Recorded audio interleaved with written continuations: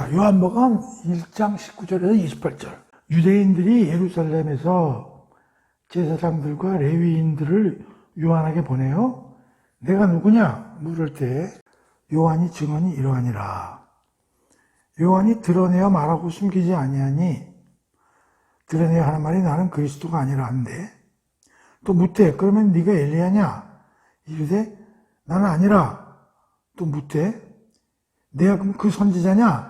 대답하되 아니라. 그 다음에 또 말하되 누구냐? 우리를 보낸 이들에게 대답하게 하라. 너는 내게 대하여 무엇이라 하느냐? 이르되 나는 선지자 이사야 말과 같이 주의 길을 곱게 하려고 광야에서 외치는 자의 소리라 하니라. 그들은 바리새인들이 보낸지라. 그러니까 이제 바리새인들이 제사장들과 레위인들을 세례 요한에게 보내가지고 이제 물어봤다 그런 얘기예요. 그러니까 어떻게 보면 지금 1절에서 18절까지는 이론적 그 소설이라고 이제 보여지고요. 그 다음에 이제 여기서 드디어 세례 요한하고 바리새인들이 보낸 사람들하고 이제 네가 누구냐 해가지고 이제 대화가 이루어진다. 이게 아마 그 공생에 벌어진 그 실제 상황 이야기가 이제 벌어지는데 이 위에는 실제 상황이라고 하는 예수님이 누구고 길을 영접하는 자가 누가 이런 건 이제 좀 약간 이론적인 서술. 첫 시간에도 얘기했지만 요한복음의 그 저자가 누구냐 가지고 상당히 말이 많았어요. 지금도 좀 말이 많습니다. 그래서 요한복음 통째 다 저자가 사도 요한이냐. 그 1장이나 뒤에 21장 부록은 그는 그 사도 요한이 쓰지 않은 게 아니냐. 이제 이런 얘기들이 이제 상당히 일리가 있어요. 그래서 아마 사도 요한은 19절부터 아마 좀 쓰지 않았는가. 이런 얘기들을 하고 앞에 그 1절에서 18절까지는 세례 요한 후진들이 나름대로 이제 또 연구해가지고 성령의 힘을 보소 갖다 붙인 거 아니냐. 이런 이제 그 얘기들도 많이 하는데 그렇게 불가능한 얘기는 아닙니다. 드디어 이제 어떤 일이 벌어지냐면 바리새인들이 누구를 보내요? 제사장들과 레위인들은 누구한테 보내? 세례 요한한테 이제 보내는 거야. 그러니까 이게 바리새인들이 세례 요한한테 왜 보냈냐면 지난 시간에도 잠깐 얘기했지만 요한복음에는 자세히 안 나오지만 이 당시에 세례 요한이 상당히 그 사회적으로 영향을 미치는 그런 사람으로 등장을 한 거예요. 그러니까 바리새인들이라고 하면 그 당시 유대인들 중에 상당히 그 종교적으로 아주 그 대단한 파벌인데 그 사람들이 예의주시하고 또 세례 요한이 알다시피 여기서 막 요단강에서 세례로 막 퍼붓고 막 이래가지고 저명인사 레벨로 올라가니까 야, 그거 좀 알아봐라. 이렇게 된 거야. 그래가지고 이제 물어보는 거예요. 와가지고.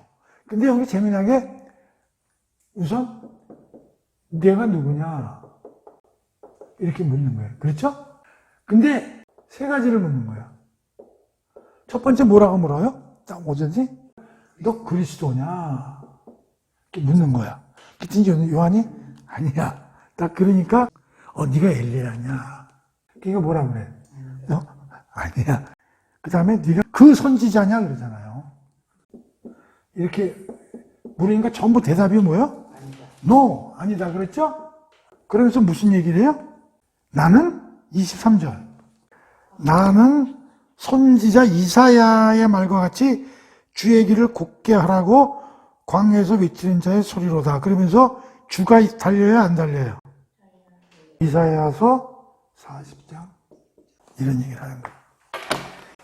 자, 그런데 이게 재미나는 게 뭐냐면 앞에서 우리가 세례 요한의 예수님을 증거하면서 우리가 세 가지 특징을 봤죠. 나는 빛이 아니다. 그랬죠? 두 번째는 말씀, 즉 로고스가 빛이다. 그리고 나는 믿게 하려 함이라. 앞에 그 배웠잖아요. 자, 앞에 보면은 자 보세요. 5절 하나님께로부터 보내심을 받은 사람이 있지 그 이름이 뭐요? 요한이라고 나왔어. 근데 그는 빛에 대하여 증언하고 그 빛에 대해 믿게 하려 함이라. 그렇죠? 그는 이 빛이 아니에요. 그랬으니까 자기는 빛이 아니고 로고스 말씀이 비추고 꼭 그를 믿게 하려 합니다. 이걸 이제 세례 요한이 전도하는 방식이라고 앞에서 배웠다면. 근데 여기서 다시 이게 보충해서 나오는 거예요. 자, 여기 첫 번째 뭐예요? 나는 뭐라고 그랬어요? 근데 여기서 조금 구체화되죠? 그들이 뭐라고 그래? 그리스도냐? 엘리야냐? 그 선지자냐? 아니라고 그러잖아요. 그럼 여기서 그리스도냐?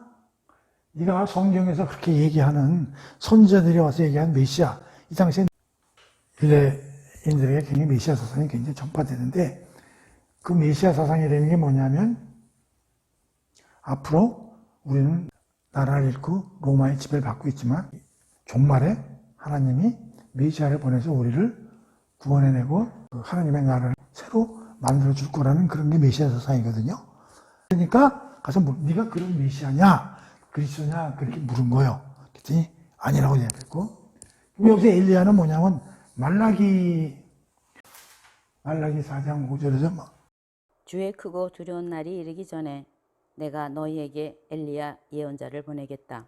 그러니까 여기 보면 엘리야를 보내리라고 말라기 선지자가 얘기를 했잖아. 그러니까 그거 이제 유대인들은 알고 있는 거야. 그렇죠? 그리고 지금 몇 년이 지났냐면 말라기 선지자가 오고 예수가 오는데 한 400여 년이 흘렀거든요. 그러니까 이제 사람들이 말라기 선지자가 얘기한 그 엘리야가 그게 너냐 이렇게 묻는 거예요. 무슨 말인지 알아요? 근데 뭐라 그래요? 아니라 그러죠. 그런데요, 마태복음 11장 14절 한번 봐보세요. 너희가 그 예언을 기꺼이 받아들이려고 하면 요한 바로 그 사람이 오기로 되어 있는 엘리야이다. 그러니까 마태복음 11장 14절에서 예수님은 그래 엘리야가 세례 요한이야 이렇게 얘기하잖아요. 근데 여기서는 아니라 그러잖아요. 이게 또 사람을 이제 혼동시킵니다.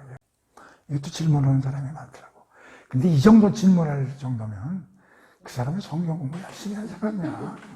말라기서에서 얘기하는 엘리야가 다시 앞으로 나타나리라는 얘기는 구약의 그 엘리야가 아니고 그와 같은 선지자 되는 사람이 나타난다. 이렇게 해석을 해야 되지. 그걸 진짜 그 엘리야가 새로 나타난다고 해석을 하면 안 되는데, 근데 그 유대인들이나 이런 사람들은 문자 해석을 하면 어떻게 돼? 그렇게 알 수가 있는 거지. 그러니까 예수님은 무슨 뜻을 얘기하면 그 사람 그게 말라기서에 얘기하는 엘리야라는 얘기는 그 엘리야가 아니고 그와 같은 대선지자가 분명히 온다는 거죠. 그래서 그거는 세례 요한이 꼭 봐도 된다. 이런 뜻으로 해석을 해야 되는 거예요.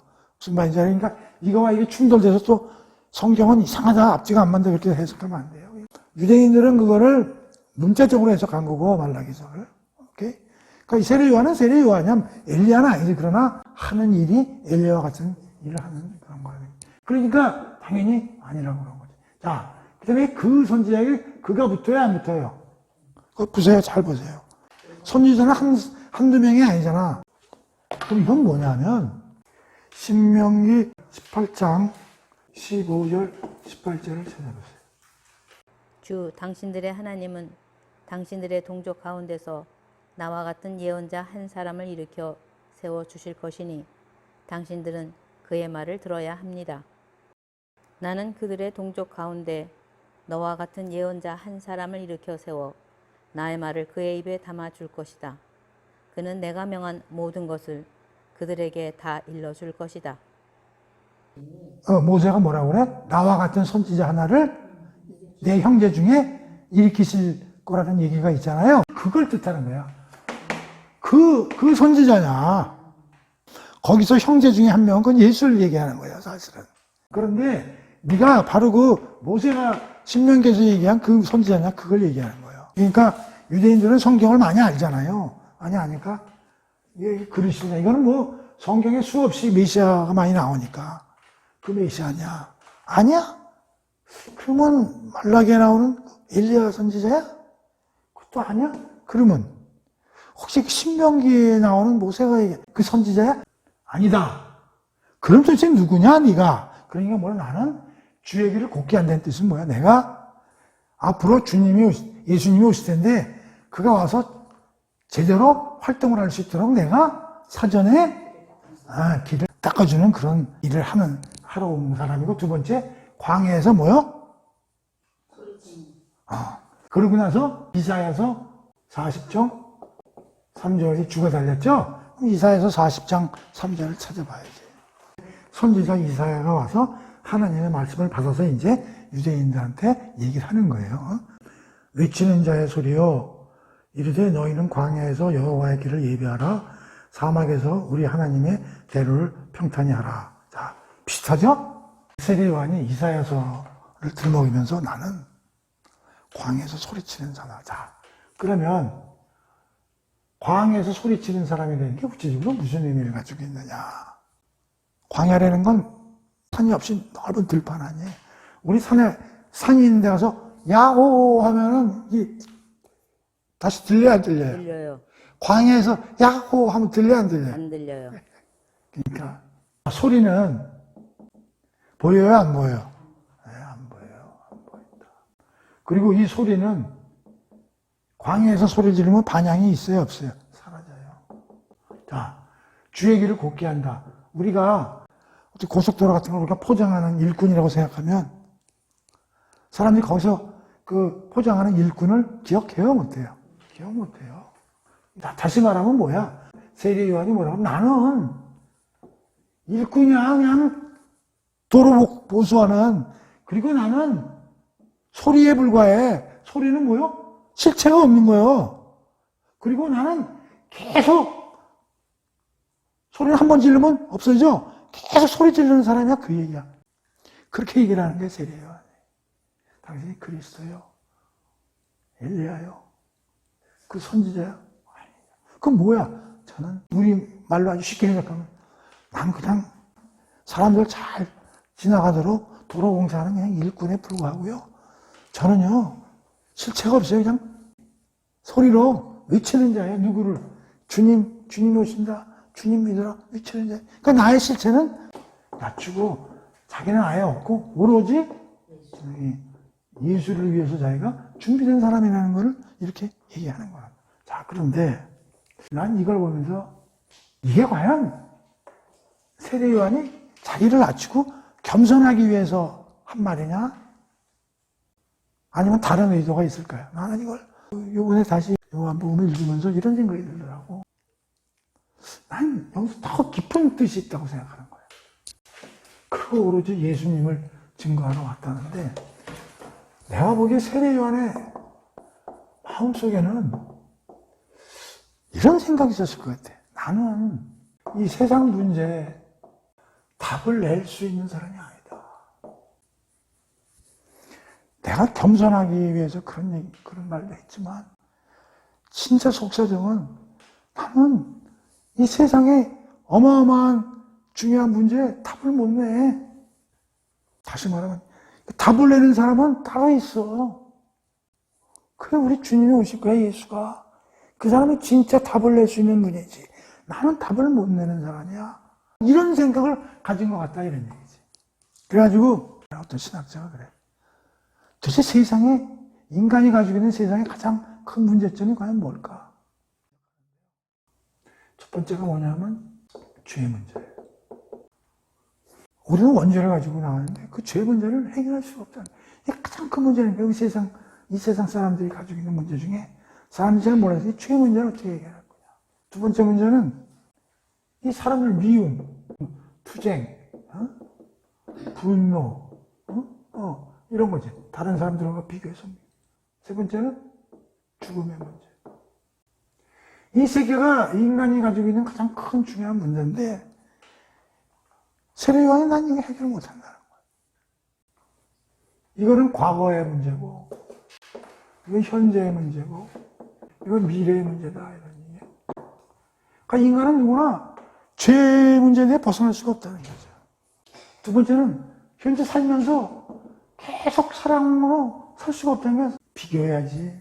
다른 사람들보다 내가 앞서 나가야지. 이런 경쟁, 거기서 밀렸을 때 어떤 분노, 이런 미움 같은 거, 이런 걸 어떻게, 뭘 해결하느냐. 세 번째, 이 죽음. 인간이 가지고 있는 가장 두려운 죽음 문제거든. 젊은 사람들은 아직 못 느끼지만 나이 든 사람들이 굉장히 느껴요. 그러니까 세례요한이 이렇게 얘기하는 거예요. 난 이거 못 풀어. 이 문제. 그러면서 진짜 답을 내는 사람은 따로 있어. 예수님이다. 이분이 답을 내. 자, 죄 문제는 예수님은 어떻게 해결합니까? 우리가 성경적으로 죄에서 벗어나려면 어떻게 해요? 해결하는 건 뭘 잘못했는데? 죄 문제를 해결하려면은 우리가 죄인, 우리가 원죄를 가지고 있다는 걸 알고 이거를 해결하기 위해서는 예수님이 우리의 죄를 내빼서 죽으심으로써 예수님의 의로운 것을 우리가 받아옴으로써 우리가 의롭게 되는 걸로 인해서 죄에서 벗어난다는 사실을 어떻게 돼서 알고 믿는 거죠? 이게 결국 거듭남의 내용이지. 그럼으로써 죄 문제가 해결이 되는 거고. 자, 미움은 예수님이 와서 어떻게 살아야 되는가 예수님이 보여줬어요? 안 보여줬어요? 삶에서. 사랑. 그 다음에 죽음은 어떻게 돼? 예수님의 죽음과 부활을 통해서. 그러니까 여기서 뭐냐면 우리의 과거 문제나 현재 문제나 미래 문제는 신학적으로 보면 믿음으로 말하면 거듭나서 해결되고 예수님의 삶을 따라가는 성화를 통해서 해결되고 이거는 예수 그리스도의 죽음과 부활을 우리가 소망을 가짐으로써 이걸 해결해야 된다. 그래서 여기서 뭐가 나오는 재미난 게 나오면 기독교의 3대 믿음, 사랑, 소망. 믿음, 사랑, 소망. 그 중에 사랑이 으뜸이다. 뭐 이런 거 들어봤죠? 고린도전서에. 이 기독교 이론은 수학이야, 수학. 기독교 윤리의 핵심은 뭐야? 믿음, 사랑, 소망. 그러니까 어떤 신학자가 이런 걸 썼어요. 근데 내가 읽어보면서 야, 참 그 분석을 잘했다. 그 사람이. 내가 개발한 건 아닙니다. 참 그 심도 있게 잘 살폈다. 근데 이제 여기서 써놓는 거야. 세례요한이 자기가 나는 길을 닦는 일꾼에 불과하고 광야에서 소리치는 자의 역할을 할 뿐이다 라고 얘기했을 때 이게 과연 자기를 그냥 낮추는 하나의 립서비스였냐? 아닐 거라는 얘기지. 나는 인류가 가지고 있는 문제를 해결 못해. 그리고 진짜 그 사람이 나타나는데 그 사람을 위해서 내가 일을 하는 사람이야. 그분은 죄, 미움, 이런 죽음의 문제를 단칼에 해결하신 분이다. 그런 얘기를 저기 세례요한이 마음속으로 하는 거 아니겠느냐 하는 거 한번 얘기를 해보고. 이제 그렇게 질문을 했어요. 그렇게 질문을 해서 아니다. 라고 이제 세례요한이 얘기를 한 다음에 그 사람들이 근데 네가 그리스도도 아니고 25절 엘리야도 아니고 그 선지자도 아닌데 왜 세례를 네가 주느냐 이렇게 질문을 하는 거예요. 그랬더니 요한이 대답해 나는 물로 세례를 베풀거니와 너희 가운데 너희가 알지 못하는 한 사람이 섰으니 곧 내 뒤에 오시는 그이라. 그는 나의 신발끈을 풀기도 감당치 못하겠노라 하더라. 이 일은 요한이 세례 베풀던 곳 요단강 건너편 베다니에서 일어난 일이니라. 자기는 물로 세례를 주는 분이고 앞으로 오실 분은 성령으로 세례를 주는 분이다. 그렇게 얘기를 하는 거예요. 그래서 이 세례에 대해서는 좀 중요하기 때문에 그 다음 시간에 세례만 가지고 또 세례를 막 설명하다 보면 또 그 앞뒤 또 이렇게 끊기기 때문에 세례만 가지고는 다음번에 하기로 하고 그 다음에 이튿날 요한이 예수께서 자기에게 나아오심을 보고 이르되 보라 세상에 죄를 지고 가는 하나님의 어린 양이로다. 내가 전에 말하기를 내 뒤에 오는 사람이 있는데 나보다 앞선 것은 그가 나보다 먼저 계심이라 한 것이 이 사람을 가리킴이라. 나도 그를 알지 못하였으나 내가 와서 물로 세례를 베푸는 것은 그를 이스라엘에 나타내려 함이라 하니라. 요한이 또 증언하여 이르되 내가 봄에 성령이 비둘기같이 하늘로부터 내려와서 그의 위에 머물렀더라. 나도 그를 알지 못하였으나 나를 보내어 물로 세례를 베풀러 하신 그이가 나에게 말씀하시되 성령이 내려서 누구 위에든지 머무는 것을 보거든 그가 곧 성령으로 세례를 베푸는 이인 줄 알라 하셨기에 내가 보고 그가 하나님의 아들임을 증언하였느니라. 세례 요한이 이제 뭐라고 하냐면 나는 빛이 아니라고 얘기를 한 거예요. 두 번째는 이제 예수님을 이제 증언하는데, 그런데 재미나는 게 세례 요한은 예수님을 어떻게 알았을까? 얼굴 처음부터 알았을까요? 근데 여기 뭐라고 증언을 해요? 자, 우선 29절에 예수 보고 뭐라고 그래? 세상의 죄를 지고 하는 뭐야? 하나님의 어린 양이다. 그런데 그 예수를 어떻게 알았냐면 33절, 나는 그 사람을 몰랐는데 나를 보내어 물로 세례를 베풀러 하신 그이가 누구야? 그렇지. 하나님이 세례 요한한테 그러, 야, 너 있잖아. 요단강 그런 거 거기서 세례를 쭉 사람한테 줘. 그런데 그때 가만히 보다 보면 어떤 사람 머리 위에 성령의 어떤 징조가 나타나.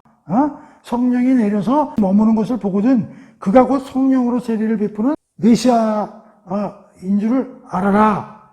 그래서 내가 보고 그가 곧 성령으로 세례를 베푸는 하나님의 아들임을 증언하였노라. 자, 그러니까 세례 요한이 증언의 근거를 뭘로 되는 거야? 첫 번째가 하나님의 말씀, 계시를 통한 어떠한 징조, 상황을 보고 그분이 예수님을 캐칭했다, 그런 얘기지. 그리고 그 예수를 뭐라고 증언해? 하나님의 어린 양이라고 증언하는 거예요. 그러니까 지금 세례 요한이 예수님을 증거하는데 두 가지 근거를 가지고 하는 거예요. 하나는 하나님의 말씀이 계셔서 어떠한 사람 머리 위에 징조가 머무를 때 그것이 내가 보낸 예수 그리스도임을 네가 알아챌 수 있다, 그런 얘기를 하고, 그걸 비로소 저분이 예수구나라는 걸 알았고, 그러고 나서 세례를 준 거야 이미. 그리고 주고 나서 얘기를 쓰는 거예요.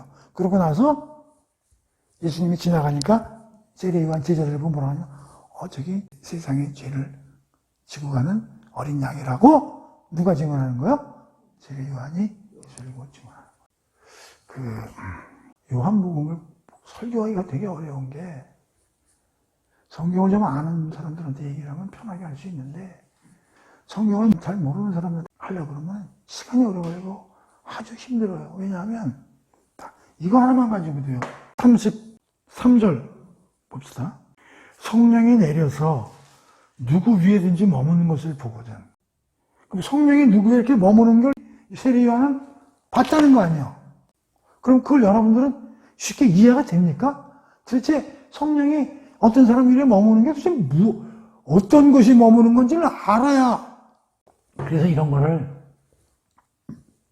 그냥 휙 지나가면 또 사람들이 성령은 뭔가, 성령이 사람 머리 위에 머문다는 건 또 뭔가, 그 환영이 보인다는 건가, 성령 하나님이, 그러면 이래가지고 계속 공부를 하면서도 계속 이걸 구체적으로 얘기를 안 해주면 계속 퀘스천이 나오는 거야, 의문이. 근데도 이걸 설명하려고 그러면 시간이 또 계속 또 옆으로 삐져가지고 또 30% 안 빠질 수가 없. 그래서 사도 요한이 나는 4천이라는 거야. 이게 통통 쓴다고 그랬잖아. 사도 바울은 절대 이렇게 안 쓰거든. 다른 복음서는 그래도 좀 자세히 쓴다고, 요거보다는. 여기 지금 예수님이 세례 받는 장면이 나와요, 안 나와요? 요한복음에. 안 나오고 그냥 뭐라고 해요?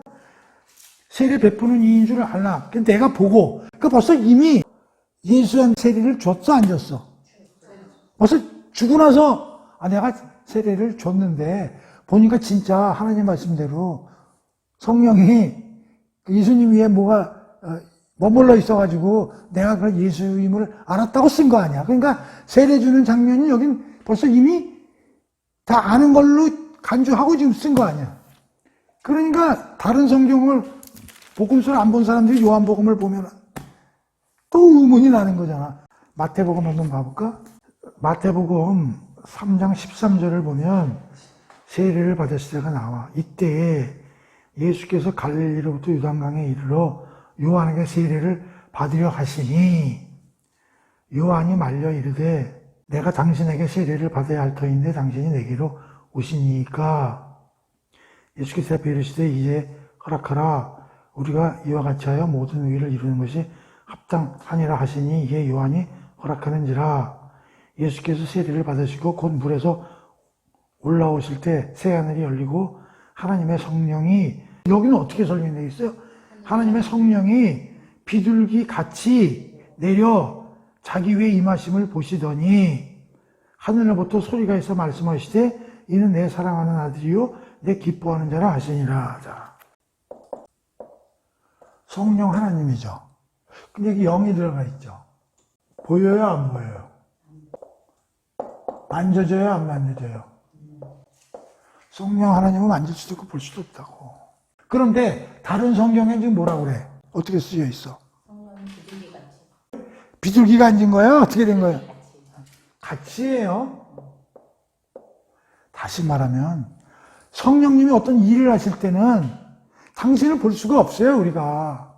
성령님은 당신이 일하시는지 안 하시는지 어떤 징조를 보여주신다, 이런 얘기야. 그러니까 하나님이 뭐라고 그랬냐면 세례 줄 때 예수는 그 머리 위에 어떤 징조가 나타날 거라는 거야. 성령님은 안 보이니까. 비둘기 같은 모양이 다른 사람들이 여기 쭉 세례를 쫙 봤는데 다 이게 요단강에서 세례 요한이 주는데 아무것도 없는데 여기만 유독 비둘기 같은 어떤 모양체가 보여지더라. 그래서 그 하나님이 그랬지. 그게 보이면 그게 예수야. 그래서 알았다 그 얘기요. 뭐 말인지 알아요? 그러니까 여기서 또 성령 하나님에 가서 얘기를 하면은 또 복잡해지고 옆으로 샌단 말이에요. 성령 하나님은 요한복음 13장 이후에 다시 자세히 나오니까 그때 가서 설명을 하는데, 자, 중요한 게 뭐다? 성령님은 눈에 안 보인다. 그런데 어떠한 일을 하시는데 모든 일을 하실 때마다 징조를 보여주시는 건 아니다. 그러나 중요하게 이건 누군가한테 내가 임재해서 일하는 걸 알려주실 때는 반드시 어떤 징조를 보여주신다. 뭔 말인지 알죠? 이렇게. 이거 가지고 또 이해가 안 돼가지고, 나도 처음에 이해가 안 돼가지고, 머리 위에 도대체 뭐가 내려왔길래, 성령님이 어떻게 뭐가 멈춰, 뭐 구름이야? 이렇게 되는 거예요. 그러니까 세례 요한이 막 사람들을 세례를 주다가 그 표식을 보고 예수다. 그렇게 해서 증언을 했고, 두 번째는 뭐요? 그 보고 뭐라고 증언해? 하나님의 뭐요? 어린 양이다. 특히 뭘 지고 가는? 세상에 죄를 지고 가는. 다시 말하면 여기서 간단히 나와 있지만 세례 요한은 지금 예수님에서 뭘 증거했냐면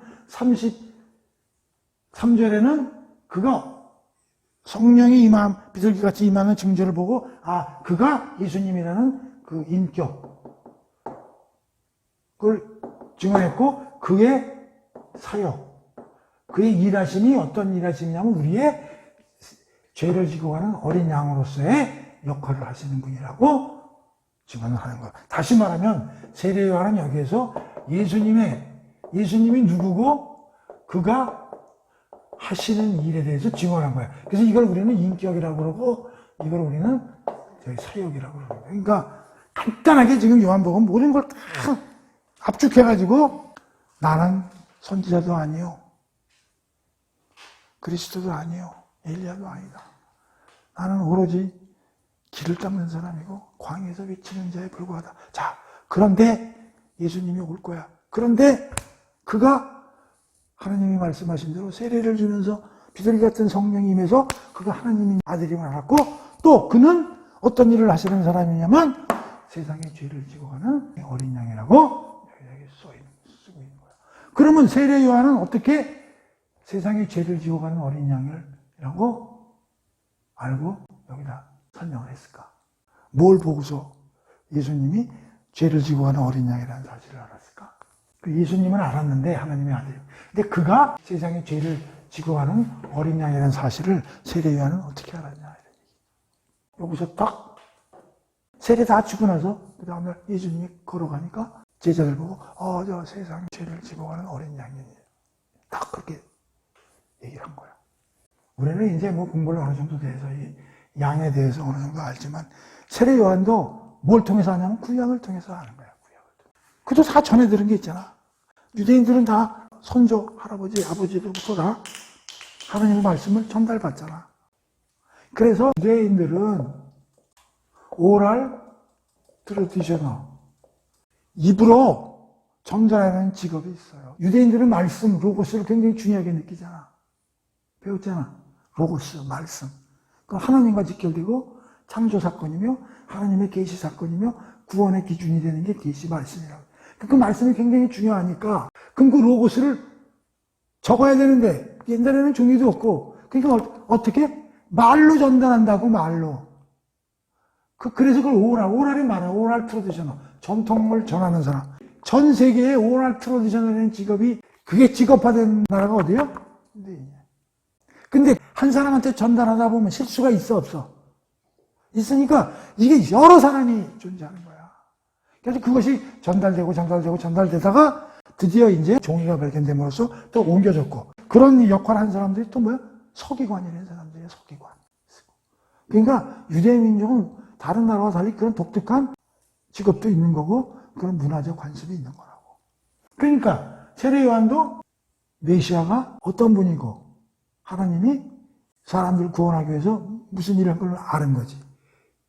대표적으로 어떤 기절에 대해서 그러면 이런 게 알 수 있는가? 그걸 내가 여러분들이 구약 공부를 안 했기 때문에 자세히. 출애굽기 12장 1절에서 14절, 그다음에 이사야 53장 4절에서 6절, 그 다음에 유대 제사제도. 자, 출애굽기 12장.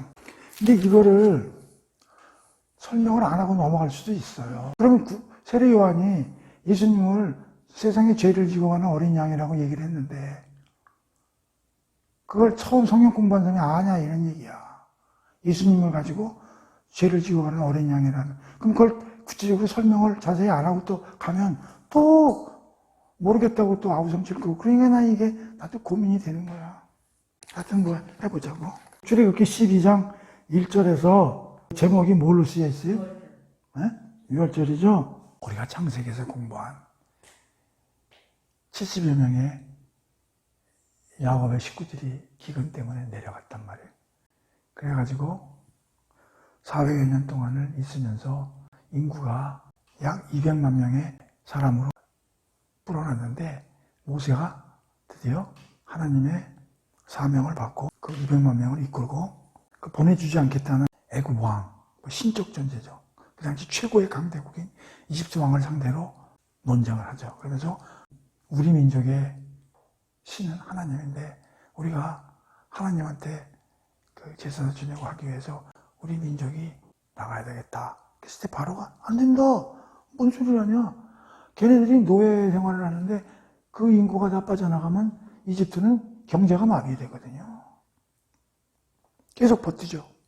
그때 모세는 우리 하나님한테 제사 지내도록 우리 백성을 내가 인도에서 나가야 되겠다. 계속 싸우는데 바로가 말을 안 듣기 때문에 하나님이 10가지의 재앙을 바로한테 내립니다. 누굴 통해서? 모세를 통해서. 그래가지고 첫 번째, 두 번째, 세 번째, 네 번째 10번의 기적을 통해서 바로로 하여금 하나님이 누군가를 보여주고 야, 이거 도저히 안 되겠구나.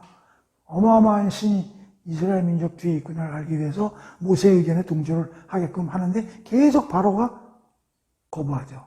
근데 마지막에 뭐냐면 하나님이 첫 태생, 그러니까 동물이고 사람이고 장남, 몽졸이 죽이겠다. 모세를 통해서 바로한테 이집트 왕한테 설명을 하는 거예요. 앞으로 안 보내주면 그런 일이 닥칠 것이다. 그랬더니 바로가 웃기는 소리, 그런 일이 진짜 일어날 수 있다고. 그래가지고 모세의 말대로 데리고 나가도록 허락을 안 합니다. 그때 드디어 하나님이 일을 하시는데 장남을 다 죽인다고. 죽이는데 이게 유대인이 사는 집인지 애굽이 사는 사람인지 구분이 안 되잖아. 그래서 하는 게 뭐냐면 어린 양을 잡아라. 단순히 얘기하면 피를 내서 나머지 살은 삶아 먹고 그 피를 어떻게 문설주에다 발라라. 그러면은 디데이가 되면 우리 천사들을 내가 내려보내서 장남들을 집집마다 돌아다니면서 처단하는데 문설주에 피가 묻어있는 집은 건너뛴다 이런 얘기야. 그걸 뭐라고 그래? 패스오버. 그게 없는 집은 장남을 처단하는. 그래서 그날을 하나님이 그러고 기념하라고 그래서 그걸 기념하는 날을 뭐라고 그래요? 유월절이라고 그러는 거예요. 여기서 유월절은 1, 2, 3, 4, 5, 6이 아니라 뛰어넘는다. 단물 넘는다. 월장한다 그러죠? 그래서 그 패스오버 하는. 따라서 그때 죽은 양들은 뭐야? 희생양이잖아요. 그 누구를 살리기 위해서 죽은 거야? 유대인들을 살리기 위해서 누가 대신 죽은 거야? 어린 양이 죽은 거 아니야. 자, 그게 출애굽기에 설명되어 있는 거란 말이죠. 그 이후에 하나님이 십계명과 성막과 율법을 주면서 제사를 지내라고 그랬거든.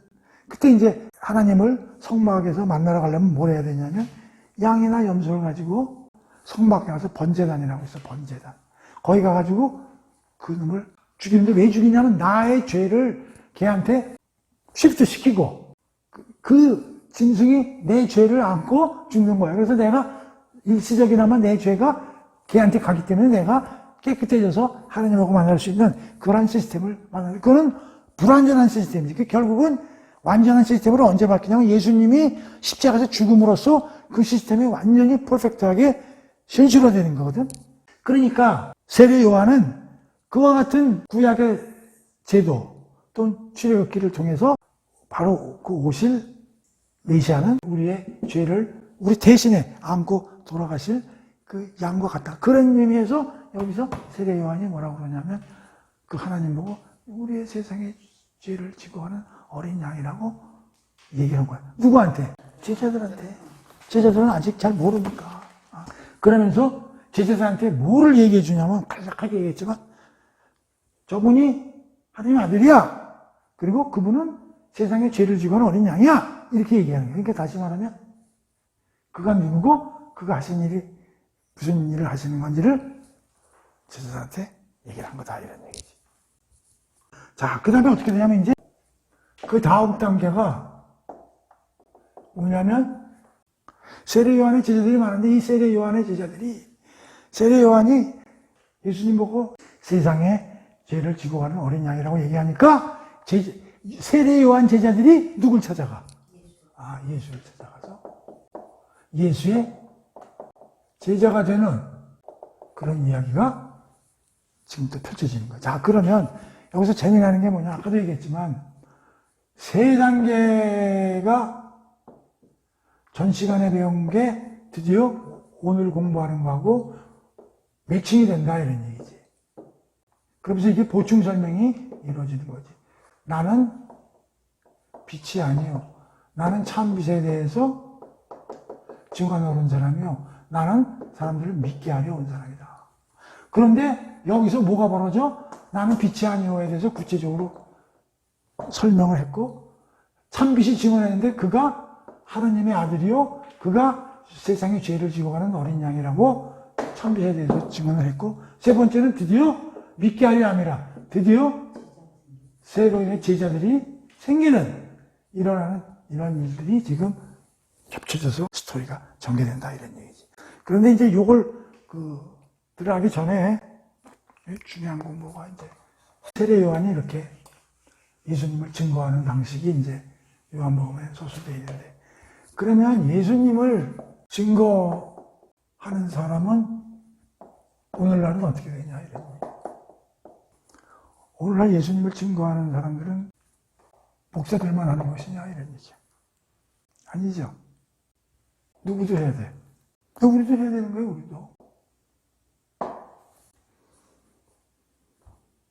신학자들이 연구를 해본 결과 오늘날 전 세계적으로 교회, 기독교가 지금 뭐 많이 썩었다고 그러지만 상당히 그래도 세력을 나타내고 특히 예수님이 한 AD 한 33, 4년에 죽었으니까 그 이후에 AD 313년에 로마가 기독교를 공인하기 전까지는 어마어마한 탄압을 받았는데 그래도 그 탄압 속에서도 예수님을 믿는 사람들이 이렇게 확장되고 하는 데는 과연 목사나 제자들 바울이 혼자 힘으로 됐느냐 아니라는 거지. 신학자들이 생각을 해보니까 일반 신도들이 어마어마한 노력을 했다는 거지. 일반 신도들의 힘으로 지금까지 오늘날 교회나 기독교가 발전 확장된 거지, 무슨 뭐 신학자들 무슨 목사 몇 명이 절대 그런 일이 안 벌어지지 않는다는 거죠. 그래서 오늘날 교회에서 뭘 강조를 많이 합니까? 뭐 11조도 강조하지만 특히 전도를 많이 강조해요. 근데 그 방법이 너무 치졸하고 너무 강압적으로 하고 막 그러기 때문에 부작용이 일어나서 그런 거지, 전도는 필요한 거예요. 전도의 핵심은 누구야? 예수님을 증거하는 거죠. 누가 한 것처럼? 세례 요한이 한 것처럼. 근데 중요한 것은 뭐냐? 세례 요한이 예수님을 증거하는 방식을 우리도 배워야 된다, 이런 얘기지. 첫 번째 뭐예요? 나를 내세우지 말아야 된다. 두 번째는 뭐예요? 예수님을 어떻게 증거했어? 예수님이 누구고 예수님이 하신 이 일, 이 뭔가를 제자한테 간단하게 얘기했죠. 저분이 하나님의 아들이고 세상에 죄를 가지고 온 어린 양이라고. 그렇죠? 그러고 나서 이제 제자들이 탄생하는 거죠. 그러면 여기서 중요한 게 나온 거예요. 그러면 우리가 전도를 하려면 뭘 알아야 돼? 예수님의 인격과 뭘 알아야 된다고? 사역. 이걸 알아야 빌어먹을 물 갖다가 전도를 하고 뭐 옆 사람한테 가서 얘기를 해야 될 거 아니야. 이걸 모르잖아요. 이걸 사람들이 잘 모르잖아. 모르면서 뭘 그 전도를 하냐, 이런 얘기지. 그래서 교회 다니는 사람들한테 내가 항상 물어보고, 예수님이 누구고 예수님이 하신 일이 뭐냐고 물어보면 제대로 답변하는 사람은 한 명도 본 적이 없다는 거야. 내가 모르면 그냥 A4 용지에 써갖고 주문 그 지갑에 넣고 다니라는 거지. 그리고 수시로 보라는 거지. 그럼 오늘 내가 이거 공부를 안 하고 요한복음을 내가 진도가 나가겠냐, 이런 얘기야. 이 순간에 이게 공부를 해야지, 이것도.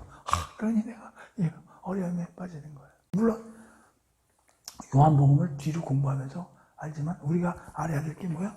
예수님에 대한 인격과 예수님의 사역을 정확히 알아야 된다, 이런 얘기. 우리가 세례 요한은 아니지만, 그러면서 조금 이따 공부하겠지만 예수님의 제자들이 계속 자기 친구와 형제들을 쫓아다니면서 예수님을 증거하러 다니거든. 내가 이 메시아를 봤어. 그분 나사렛 예수를 내가 봤어. 막 이러고 다니는 거야. 그런 걸 통해서 오늘날 기독교가 이렇게 지금까지 확대되어 온 거죠. 이제 이거와 관련해가지고 우리가 예수님을 증거하고 전도하고 다닐 때, 그럼 과연 우리가 예수님을 증거하려 할 때 뭐가 발생해? 신빙성. 어떤 사람이 무슨 얘기를 하면 그 사람이 진실일까? 신빙성의 문제가 발생한다는 거야. 그러면 그거를 어떻게 돼? 좁혀야 되죠? 내가 오늘 이거는 공부를 안 하려고 그랬는데 하는 게 좋겠어. 그래서 이걸 내가 찾아봐가지고 8가지를 지금 찾아놨는데, 자, 봅시다. 우리가 어디 가서 예수님을 믿는다고 그러고 교회 다닌다고 그러고 예수님을 세례 요한처럼 증거할 때 우리가 무슨 요소를 가지고 대들어야 되냐면, 상대방이 믿지는 않을 거 아니에요. 자, 첫 번째, 내가 구원 받았음을 확신해요. 그래도 어느 정도 내가 예수님을 통해서 구원받았으면 뭐 좀 확신이 들어야 무슨 다른 사람한테 얘기를 해줄 거 아니야. 자, 두 번째, 우리가 죄인이라는 사실을 인식해야 돼. 우리가 죄인임을 항상 얘기하면, 죄인이 아니면 예수 믿을 필요가 없는 거지. 예수가 그냥 죽은 거지. 이게 아무 의미가 없는 거지. 세 번째, 우리가 하나님, 예수님께 순종하고 있어요. 하나님의 말씀대로, 예수님의 말씀대로 실천하고 순종을 하면서 가서 전도해야지, 자기는 딴짓하고 다니면서 믿으셔.